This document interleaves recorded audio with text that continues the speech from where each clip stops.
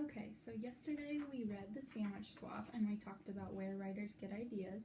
And today we're going to continue that. So I'm going to teach you about how you can write about your personal experiences by relating them to stories.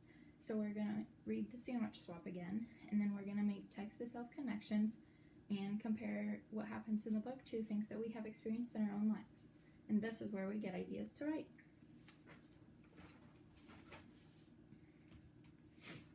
The Sandwich Swap.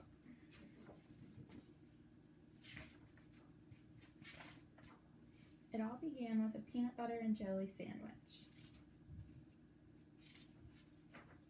And it ended with a hummus sandwich. Selma and Lily were best friends at school. They drew pictures together. They played on the swings together. They jumped rope together. And they ate their lunches together. But just what they ate was a little different. Lily ate a peanut butter and jelly sandwich every day for lunch. Selma ate a hummus and pita sandwich every day for lunch. And although Lily never said it out loud, she thought Selma's sandwich looked weird and yucky. She felt terrible that her friend had to eat that icky chickpea paste every day. Ew, yuck. And although Selma never said it out loud, she thought Lily's sandwich looked strange and gross. She felt just awful that her friend had to eat that gooey peanut paste every day. Ew, gross. So turn and talk to your friends about what you have at lunch and see if you guys eat the same thing or if you guys also eat different things.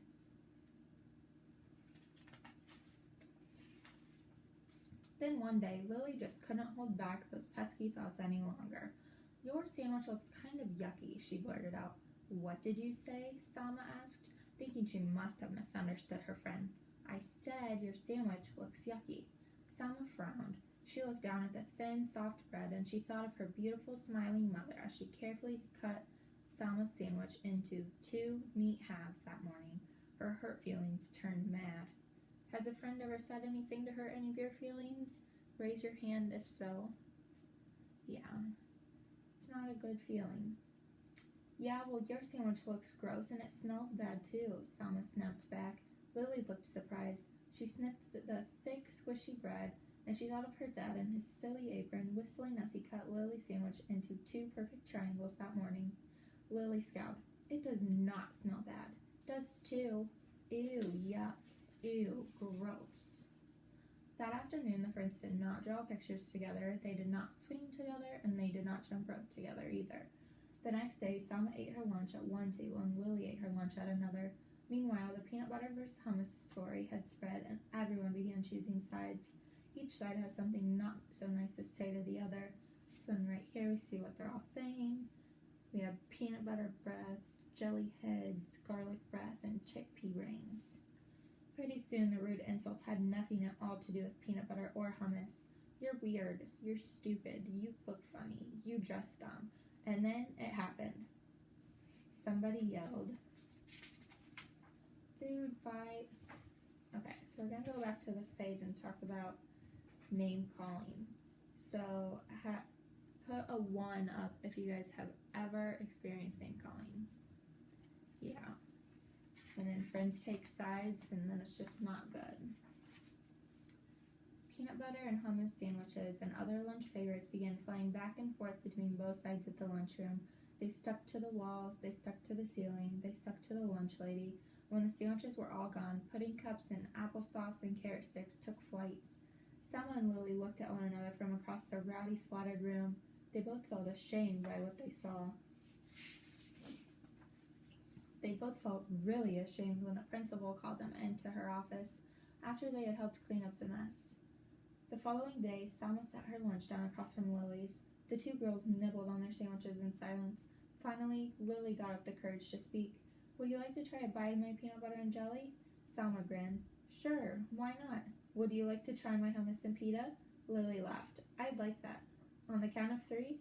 Okay, on the count of 3. 1, 2, 3.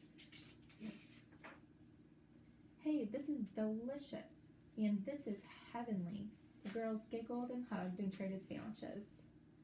So They both thought that each other's lunch was nasty, but when they actually tried it, they liked it. So this can also teach us a lesson of not to judge things by what they look like or people or anything, because you never know until you really try it.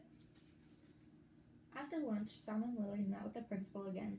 This time they were there to suggest a very special event for the whole school. And that's how it all began, with a peanut butter and jelly sandwich, and ended with a hummus and pita sandwich. So then right here we have all the students with all their different foods that they eat at home with their families. Okay, so now we're gonna go back and we're going to use our Venn diagram so we can talk about what's the same and what's different.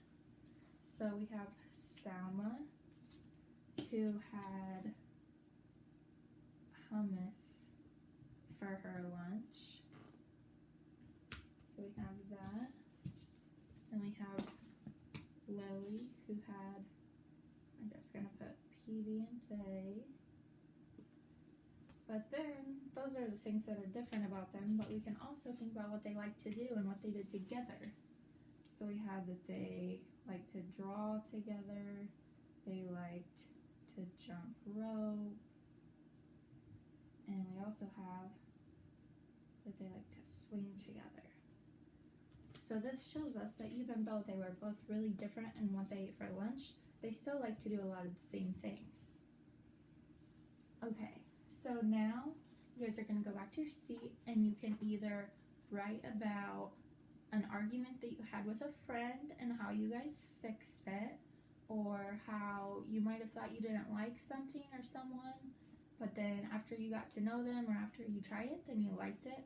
Or you can write about anything else that relates to this story. So go ahead and go back to your seats and start writing.